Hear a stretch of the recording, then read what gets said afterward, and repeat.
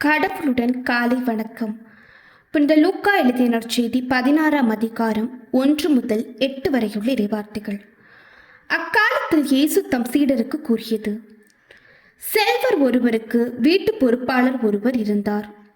அவர் தம் தலைவரின் உடைமைகளை பாழாக்கியதாக அவர் மீது பழி சுமத்தப்பட்டது.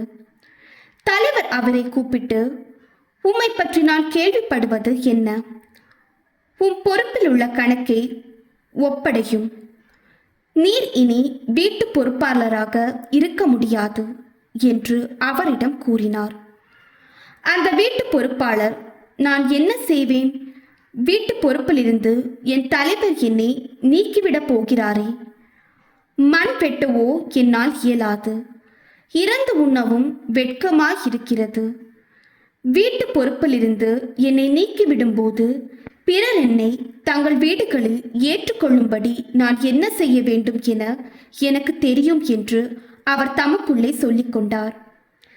பின்பு அவர் தம் தலைவரிடம் கடன்பட்டவர்களை ஒவ்வொருவராக வரவழைத்தார். முதலாவது வந்தவரிடம், நீர் என் தலைவரிடம் எவ்வளவு கடன்பட்டிருக்கிறீர் என்று கேட்டார். அதற்கு அவர் 100 குடம் எண்ணெய் என்றார். வீட்டு பொறுப்பாளர் அவரிடம், இதோ உன் கடன் சீட்டு, உட்கார்ந்து 50 என்று உடனே எழுதும் என்றார். பின்பு அடுத்தவரிடம், நீர் எவ்வளவு கடன் பட்டிருக்கிறீர் என்று கேட்டார். அதற்கு அவர் 100 மூடை கோதுமை என்றார். அவர், இதோ உன் கடன் சீட்டு 80 என்று எழுதும் என்றார். நேர்மையற்ற அந்த வீட்டு பொறுப்பாளர் முன்மதியோடு செயல்பட்டதால் தலைவர் அவரை பாராட்டினார். ஏனெனில் ஒளியின் மக்களை விட இவ்வுலகின் மக்கள் தங்கள் தலைமுறையினரிடத்தில் மிக்க முன்மதி உள்ளவர்களாய் நடந்து கொள்கிறார்கள். இது கிறிஸ்துவின் நற்செய்தி. இந்த நாள் இனிய நாளாக அமைய வாழ்த்துக்கள்.